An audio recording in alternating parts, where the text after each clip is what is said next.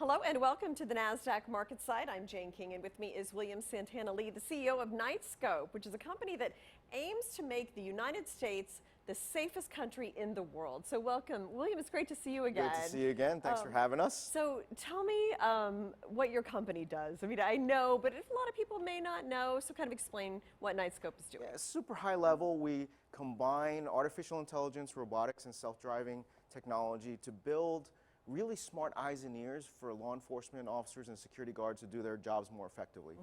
Most folks don't realize that there are 1 million security guards, 1 million law enforcement professionals running 24/7, so there's only really maybe 500,000 at a time, trying to secure 328 million people across 50 states. Yeah.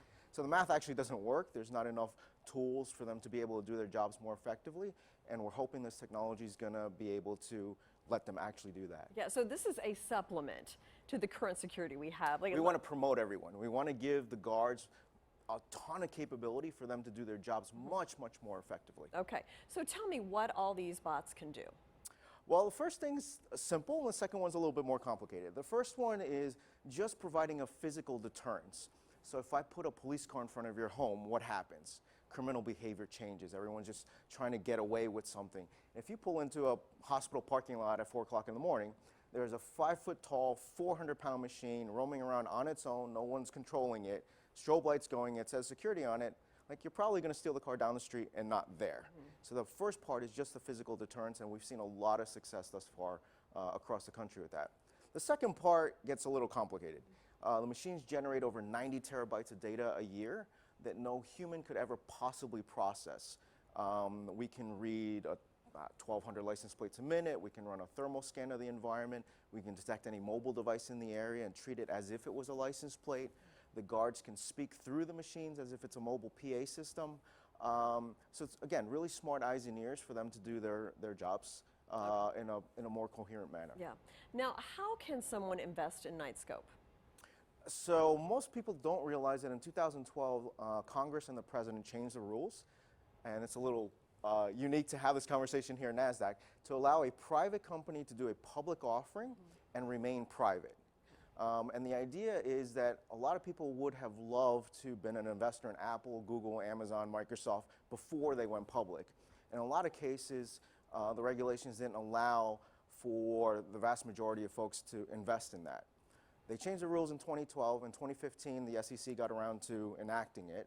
And now you can literally, I guess it's a normal thing to go on E-Trade or Schwab or what have you and buy shares and, you know, pick your stock here, in Amazon or Pepsi or what have you. And you can just quickly online buy whatever or sell whatever. Now you can actually do that with private companies.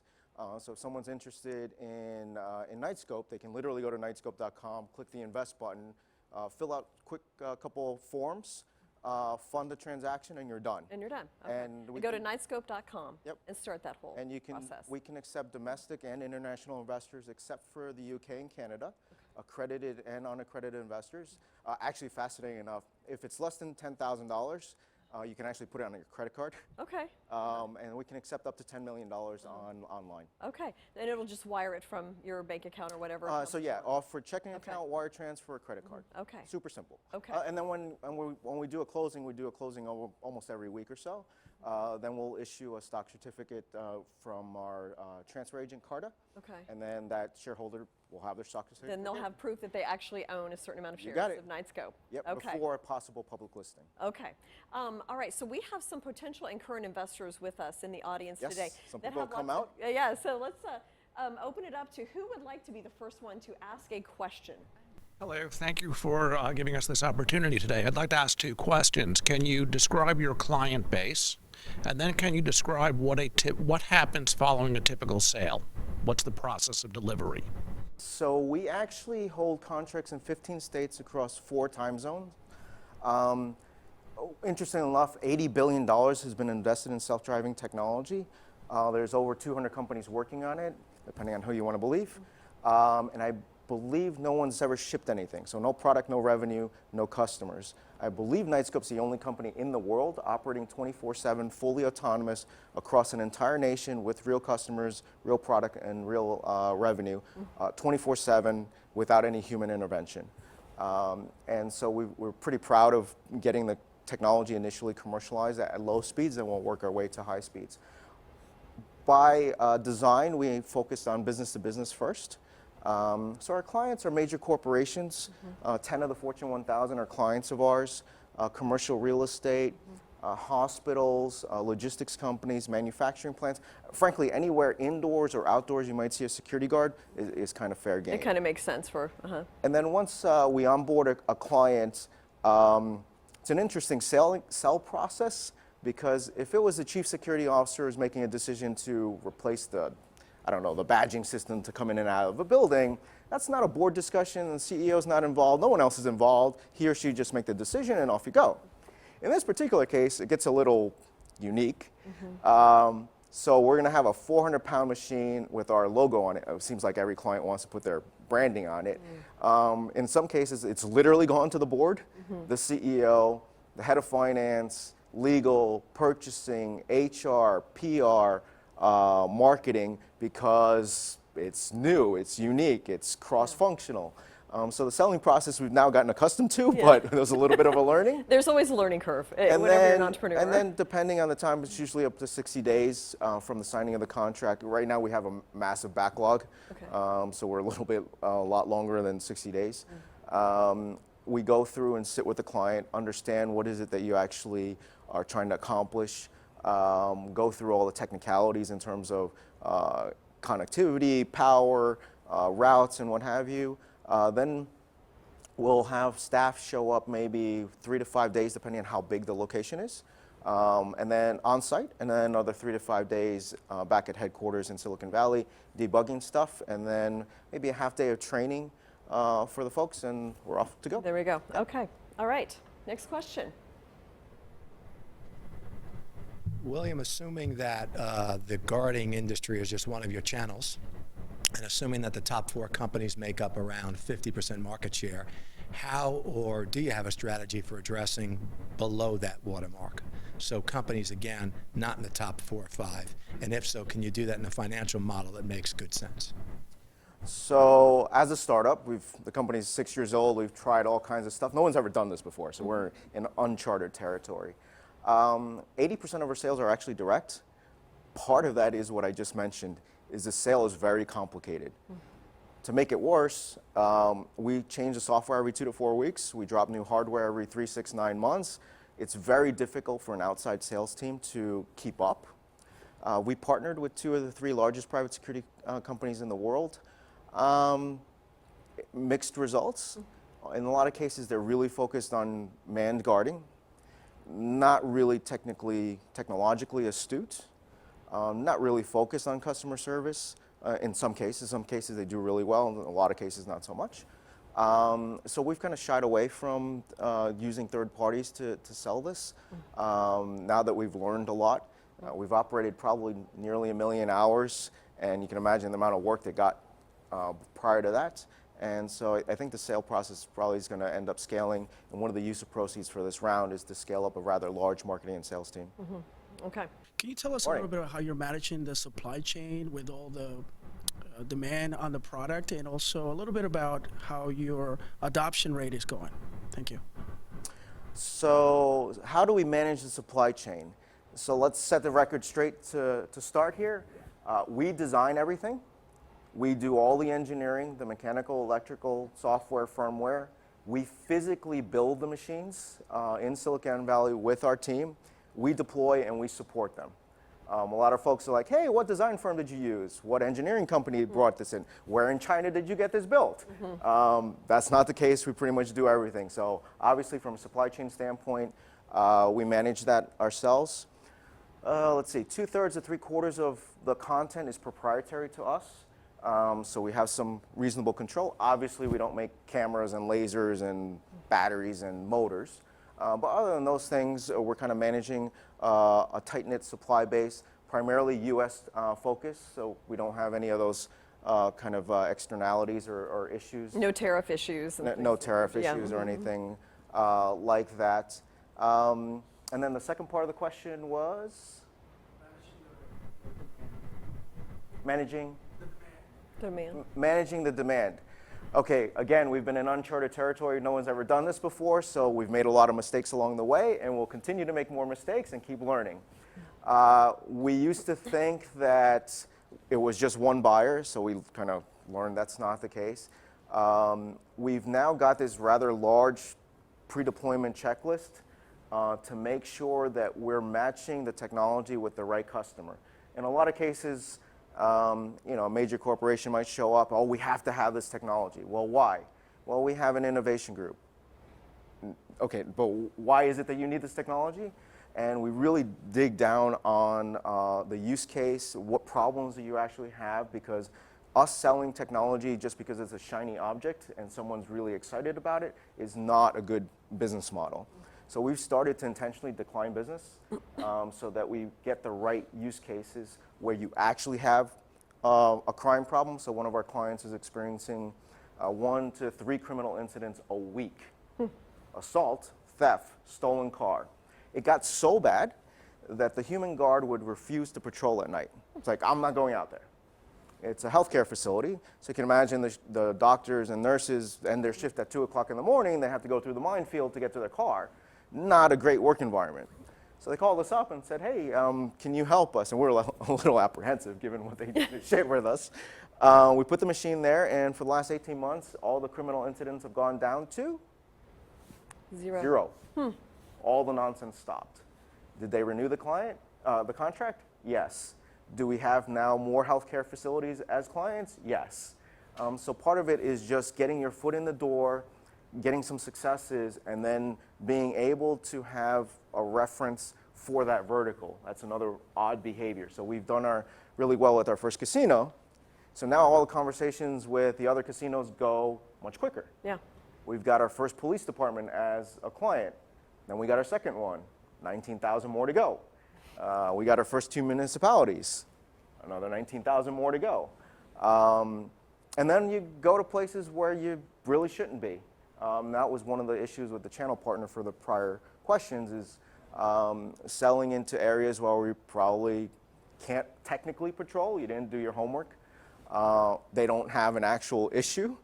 And it was just a trial balloon because someone got an assignment that they need to innovate.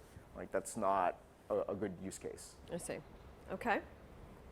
You mentioned your product is AI enabled. Can you speak to the current functionality that AI enables, as well as your plans for future functionality and challenges in achieving those?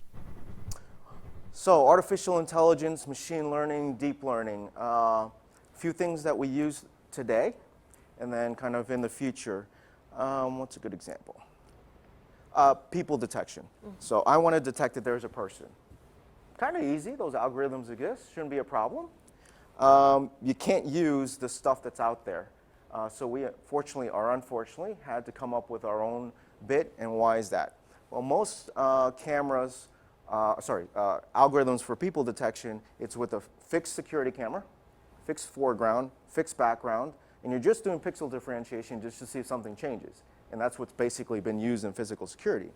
Well, in our case, the camera's moving, the foreground's moving, the background's moving, the object's moving. Now tell me this is a person and not a fire hydrant.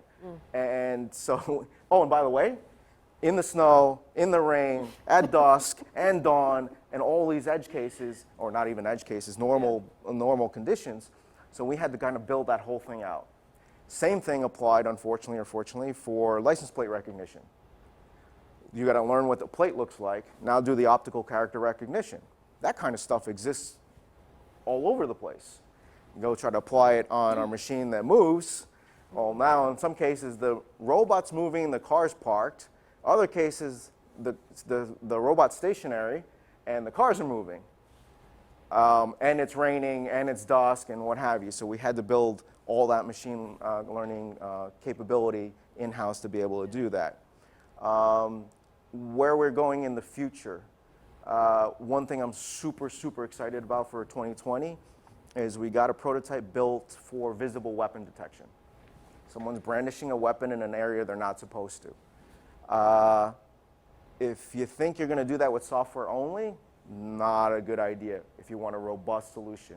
So it's a hardware, software, and a crazy amount of data, either existing data that we created to feed the model, stuff that you might get off the internet, and then we created a ton of synthetic data as well to train that. So we got the first prototype built, and for those new incoming investors, your capital is going to be put to getting that thing completed in the second phase of prototype and then commercialized. And that's going to be very, very valuable for the country. Well, AI is constantly improving too. I mean, this is an area that, you know, it will get better. And some of it's not maybe that glamorous. So we have a staff that runs 24/7 that monitors all the machines across the country. So similar to a telecom or a data center, you've got hardware, software, and humans making sure that your network is running. The only difference with us is our servers are outside and they're moving. But we monitor everything down to the millisecond. 90% of the time something goes wrong, we can remotely over the air fix it. If you really start thinking about it, if you've got enough data and you've run enough processes, hey, the last 17 people that fixed this problem did it this way.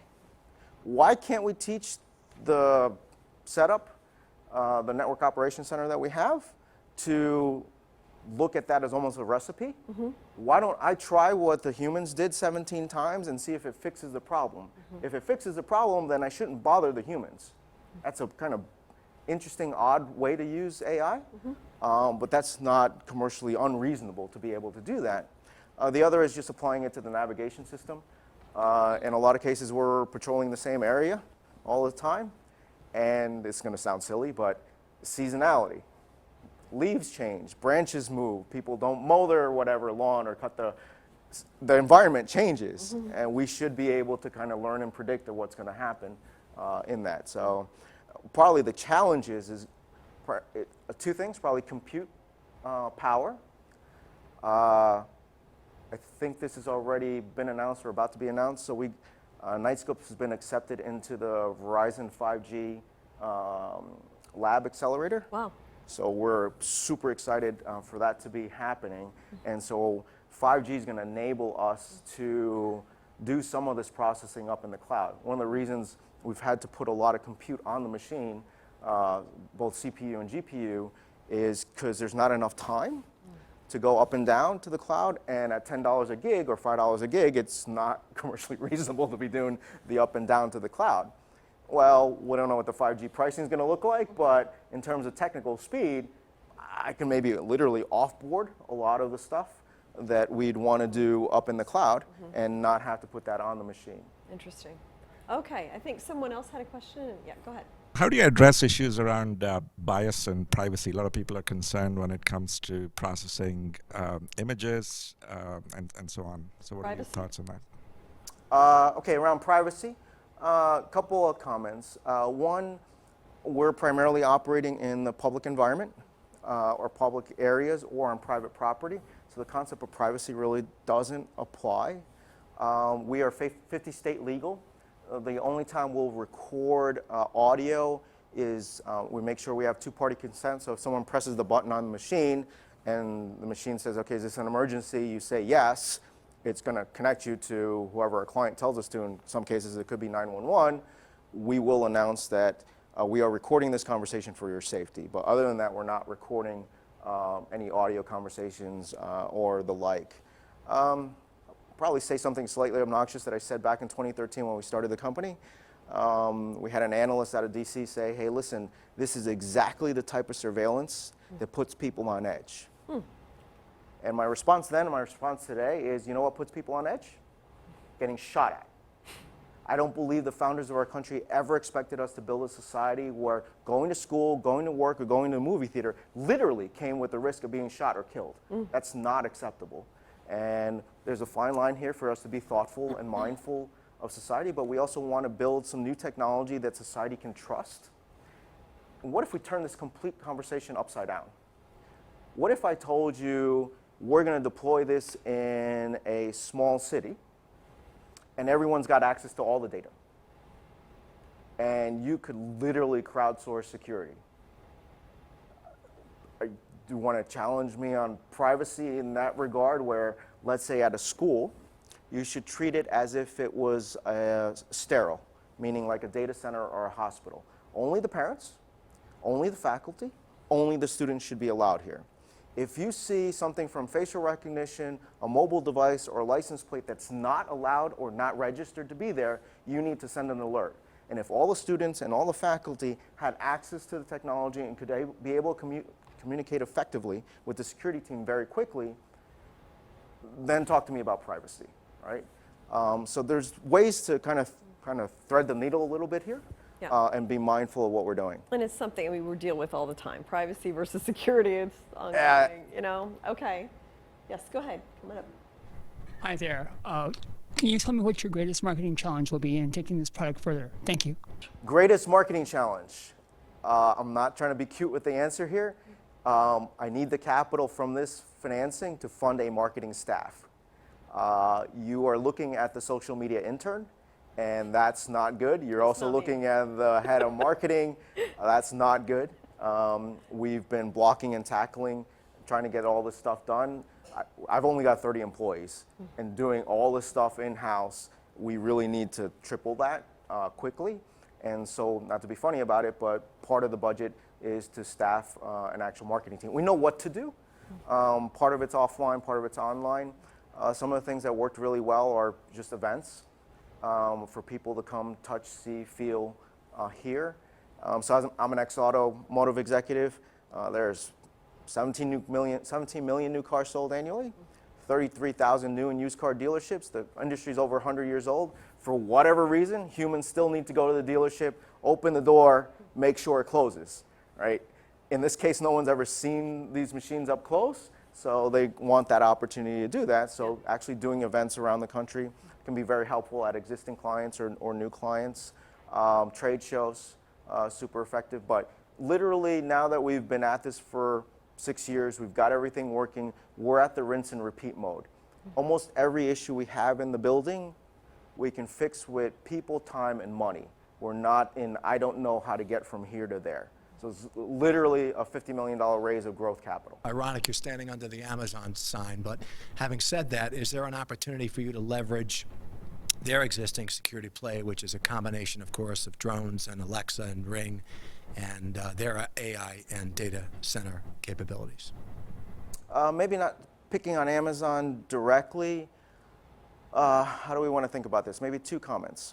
One, the stated goal of the company is to make the United States of America the safest country in the world. We are not a robotics company. We're not an AI company. I don't care what it takes. Whatever technology is going to fix the problem, we need to go work on that. The challenges we've had of integrating other people's stuff, as I mentioned earlier, the use case is a little weird and it kind of doesn't work. We always do try, and in some cases we had some minor success borrowing someone's stuff. We announced this week that we're going to be engaging C5 BDI to help us with the federal government. So the federal government has issued 44,000 physical security contracts worth $14 billion. And it's not necessarily what you might be thinking. Yeah, it's the military, police around an Air Force base, but think about who secures all the federal courthouses, who secures all the data centers for all the large agencies, who secures the national parks, who secures the national museums, who secures the Mint, who secures 9 FEMA warehouses, who secures NASA. The budget is massive. Where there might be some interesting opportunities for us to collaborate with the federal government is they have a lot of widgets that might be interesting for us to integrate. So I know we're going to be asked to put WMD threat detection capability on the machine. You should be able to detect radiation, pathogens, chemical, bio. Do I want to go invest a ton of money, building a new radiation sensor? No, we don't need to go do that. I know probably know 1, 2, 3 suppliers to call, and we'll probably go lift that and go do work on the integration. So it's kind of going to be a mixed bag, but I'm a big proponent of kind of how Apple does things. You need one integrated product, not some random platform where people just drop stuff on it. You need a very thoughtful way to integrate the hardware and software and how you deliver it. It's a whole ecosystem, which is kind of what Apple made famous. Okay. You mentioned before, I thought, about you had a backlog or a back order, and I was wondering if you could talk to what the constraints are And if you also still have capacity in your manufacturing facility. Thank you. So the backlog, good problem, still a problem. We've got a 7-figure backlog of orders and insufficient capital to get them out the door. So the other use of proceeds for the investors that are going to participate now is to get that backlog completed and out into the client's hands. So that requires staff, materials, building the machines, deploying them, supporting them. It's a good problem, but it's still a problem. So we've kind of had to tell the sales team, you need to slow down. No more orders until 2020 because we have to fix this. We've got clients waiting. The second part of the question was? Capacity. So a lot of investors like to ask about production capacity. How many can you build, right? Because there is an assumption in there that that's the bottleneck. That is not the bottleneck. So just put it in context, a car has 13,000 parts in it. Takes $1.4 billion to get out, $1.6 billion to get out the door, 4 years, 400 prototypes, and 400 teammates. These, to me, are kind of really easy cars to build. There's 700 parts in them. Like I've got no airbags, no pyrotechnics, no suspension system, no exhaust, no seats. So it's a little bit easier to build. The actual bottleneck, which is probably what you're more worried about, is the deployment. It takes us, as I mentioned, 6 to 10 days to get a machine deployed at a client. That is way too long, right? So one of the use of proceeds for this financing is to build some internal tools for ourselves, both hardware and software, to get that 6 to 10 days down to 1 or 2 days, so that we're able to do the connectivity, the power, the mapping, the client interactions and all that stuff in like 48 hours and just get these out the door, because that's actually the holdup. And unfortunately, I think, in a lot of cases, you can't just send out anybody to do this, right? When we first started, most of the deployments were done by roboticists with master's degrees, a lot of them from Carnegie Mellon, where I went to school. Now we've gotten it a little bit more repeatable, so pretty senior technicians have some basic tools for them to be able to do this, but you can't just take anyone off the street and just, hey, go deploy this thing. There's a little black art that goes along with this, and so we need to get some tools built so we can do the rinse and repeat faster. Okay, I think we have time for 2 or 3 questions. From the impact investing sector, can you talk a little about the ESG protection? ESG, right? Yeah, impact investing and ESG. Impact investing. So it's interesting. We've got over 6,000 investors invested in the company. It's interesting how people define impact, right? The normal kind of impact is how can you make an impact on society in a positive way or have a triple bottom line or something like that. So let's speak to that first. We have a lot of investors that are frankly patriots. NYPD detectives, FBI, CIA, DHS, that literally want to help build a safer country. And the impact is how can we build some tools to have that impact. And people said when we started the company back in 2013, hey Bill, you're out of your mind, this will never work. It's hardware and software, it's too complicated, you should pick one. And physical security is not an investment thesis. And that obviously has been shown that that was not correct. We've been able to do that. And so to date, the impact investors get to see what we've actually been able to do with our clients. What's a good example? So 95, 98% of the time, an officer or a guard are literally doing this. There's nothing happening, right? But that 1 or 2, 3% of the time something happens is really important. We've had maybe 60 plus machines out under contract. The statistical probability of us being at the right point, at the right time, something happened, we were able to help, is all about 0%. With only a few dozen machines, like the likelihood of that happening is almost 0. Well, it should have been 0, but somehow we've had over a dozen crime-fighting wins. So our investors can be rather proud that we helped the law enforcement agency issue an arrest warrant for a sexual predator. We helped another law enforcement agency apprehend an armed gunman. We stopped a fraudulent insurance claim.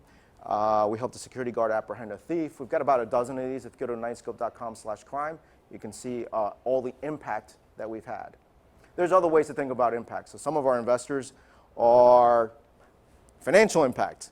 Like literally this company could do a public listing soon, so the impact on their portfolio could be interesting. The impact from just accelerating technology. We have a lot of technologists that just they believe that artificial intelligence, robotics, and autonomous technology are going to change the world.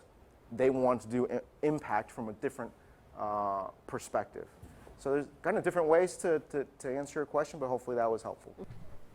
Talk a little bit about adjacent markets and whether or not there's anything you have learned from that, specifically in the retail/supermarket examples where they're having much success with robots in a different capacity. So my second to last job at Ford Motor Company was Director of Mergers and Acquisitions, and we're looking at adjacencies a lot. In this role, I have a somewhat different perspective. 95% of startups fail. 80% never make it past their third anniversary. I should be basically the equivalent of a chief risk officer, should be taking risk out of the business. $500 billion gets spent annually across the globe in the public and private sector on security. I have a lot of investors, like you just asked, well, there's other things to be looking at.